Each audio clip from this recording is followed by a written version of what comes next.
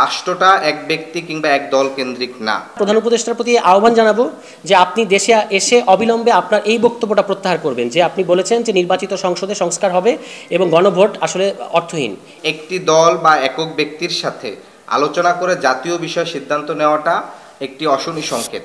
সরকার একটি ঐক্যমত কমিশন করেছে, সেই ঐক্যমত কমিশন ধারাবাহিকভাবে আপনার বিভিন্ন রাজনৈতিক দল, স্টেক হোল্ডার এবং অন্যদের সাথে বসছে, কিন্তু সেই ঐক্যমত কমিশনের ধারাবাহিক চলমান বৈঠকের মধ্যেও আমরা দেখেছি লন্ডনে বিএনপির ভারপ্রাপ্ত চেয়ারপারসনের সাথে একটি বৈঠক হচ্ছে।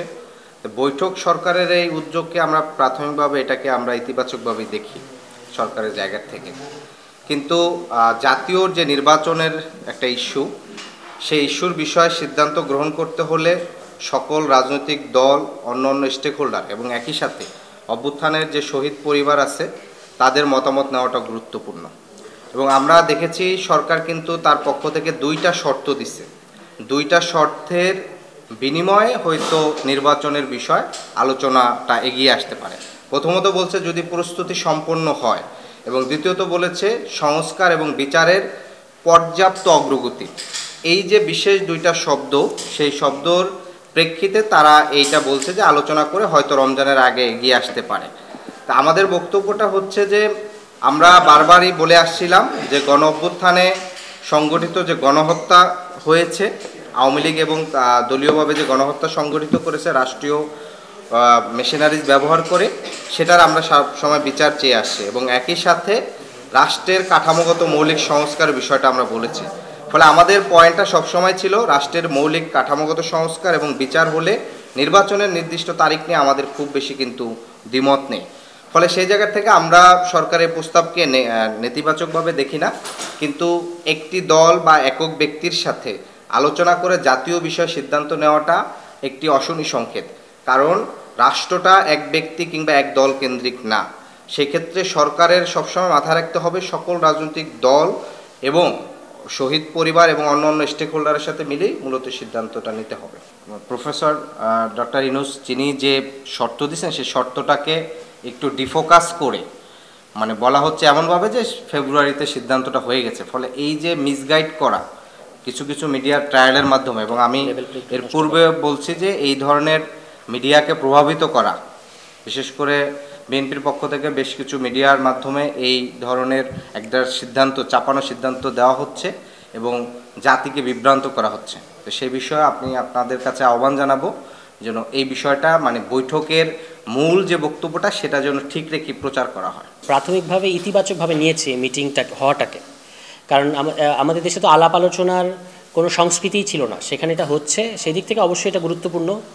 কিন্তু এখানে কয়েকটা বিষয় আমরা লক্ষ্য করছি, যেটা প্রথমত একটা ব্যাপার হচ্ছে জাতীয় ঐক্যমত্য কমিশনে কিন্তু আলোচনা হচ্ছে।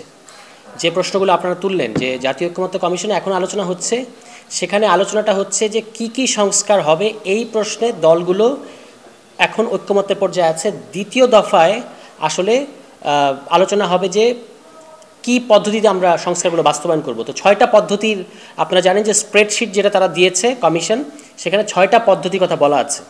কিন্তু এখানে আমরা একটু আশ্চর্য হয়েছি এবং কিছুটা মানে উদ্বিগ্ন হয়েছি যে প্রধান উপদেষ্টা তার ঈদের আগের দিনের যে বক্তব্য, সেখানে তিনি বলেছেন যে নির্বাচিত সংসদ মানে পরবর্তী সংসদের প্রথম অধিবেশনে সংস্কার বাস্তবায়ন হবে।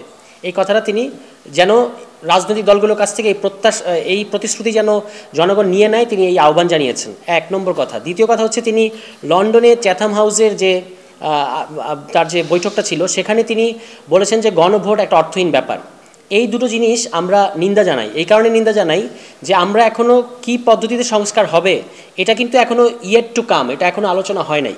কিন্তু আপনি 6টা পদ্ধতির মধ্যে একটা পদ্ধতিকে ইতিমধ্যেই খারিজ করে দিচ্ছেন। এবং খেয়াল করতে হবে যে ডক্টর মোহাম্মদ ইউনূস কিন্তু শুধুমাত্র প্রধান উপদেষ্টা নন, তিনি জাতীয় ঐক্যমত্য কমিশনের সভাপতি।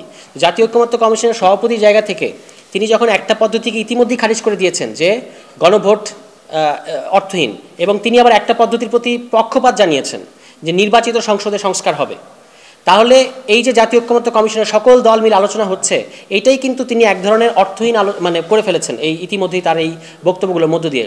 তা আমাদের আহ্বান থাকবে যে তারা যে নির্বাচনের রোডম্যাপ নিয়ে বা নির্বাচনের তারিখ আগানো পেছানো নিয়ে লন্ডনে যে আলোচনা হয়েছে, এটা যেটুকু হওয়ার হয়েছে সেখানে দুটো শর্তের কথা এসছে, যে পর্যাপ্ত প্রস্তুতি সম্পন্ন হওয়া, এর পাশাপাশি যে বিচার এবং সংস্কার প্রশ্নে দৃশ্যমান অগ্রগতির সাপেক্ষে এই ডেটটা ভাবা যেতে পারে, এরকম একটা কথা এসছে। তো আমরা আহ্বান জানাবো যে এটা আপনারা যদি এর মধ্যে, আমরা আগেও বলেছি যে ডিসেম্বর থেকে জুনের মধ্যে যে কোনো সময়ে যদি নির্বাচন হয়, জুলাই ঘোষণাপত্র, জুলাই সনদ, ইসি পুনর্গঠন, অর্থাৎ একটা রাষ্ট্রের একটা মৌলিক সংস্কারের ভিত্তিতে যদি এই সময়ের মধ্যে নির্বাচন হয়, আমরা কখনোই আপত্তি করি না, এখনও করছি না। কিন্তু আমরা প্রধান উপদেষ্টার প্রতি আহ্বান জানাবো যে আপনি দেশে এসে অবিলম্বে আপনার এই বক্তব্যটা প্রত্যাহার করবেন, যে আপনি বলেছেন যে নির্বাচিত সংসদে সংস্কার হবে এবং গণভোট আসলে অর্থহীন। এটা আপনি আগে থেকে বলে দিতে পারেন না। এতে করে জাতীয় ঐক্যমত্য কমিশনের আলোচনার পরিবেশটাই আসলে এক ধরনের প্রশ্নবিদ্ধ হচ্ছে কিংবা অনিশ্চয়তার মধ্যে পড়ছে বলে আমরা মনে করছি। এছাড়াও আপনি যেটা প্রশ্ন করেছেন ইসি নিয়ে, এই ইসির নিরপেক্ষতা যে প্রশ্নবিদ্ধ, এটা কিন্তু এমনকি উচ্চ আদালতের আপিল বিভাগের প্রধান বিচারপতির নেতৃত্বে যে বেঞ্চ গঠিত হয়েছিল, সেই বেঞ্চও মন্তব্য করেছেন যে আপনারা কীভাবে নিরপেক্ষ নির্বাচন কিভাবে করবেন। এবং ইসি সংস্কার প্রস্তাব, নির্বাচন সংশ্লিষ্ট যে সকল সংস্কার প্রস্তাব আছে, এই সংস্কার প্রস্তাবগুলোর আগ বাড়িয়ে বিরোধিতা ইসি অনেক আগে করেছে। তারা বলেছে যে এই সংস্কারগুলো লাগবে না, যেটা আমরা তাৎক্ষণিকভাবে প্রতিবাদ করেছিলাম। আমরা মনে করি যে এই কথা ইসি বলতে পারে না, বরং এই নির্বাচন ব্যবস্থা সংস্কার কমিশন যে সকল প্রস্তাব দিয়েছে সংস্কারে, সেই সুপারিশগুলো তাদেরকে বাস্তবায়ন করতে হবে। কোন কোন সংস্কারগুলো, এবং তার মধ্যে সরকার আবার কিছু জিনিসকে আশু বাস্তবায়নযোগ্য হিসেবে চিহ্নিত করেছে। তো সেগুলো বাস্তবায়ন হতে হবে। 2022 সালের এই কালাকানুন, যেটাকে তখন বিএনপি সহ সকল দল বলেছিল যেটা একটা বাকশালী আইন, নির্বাচন কমিশনের আইনটা, এবং বিএনপির 31 দফার 7ম দফায় আছে যে তারা এই আইন সংস্কার করতে চায়।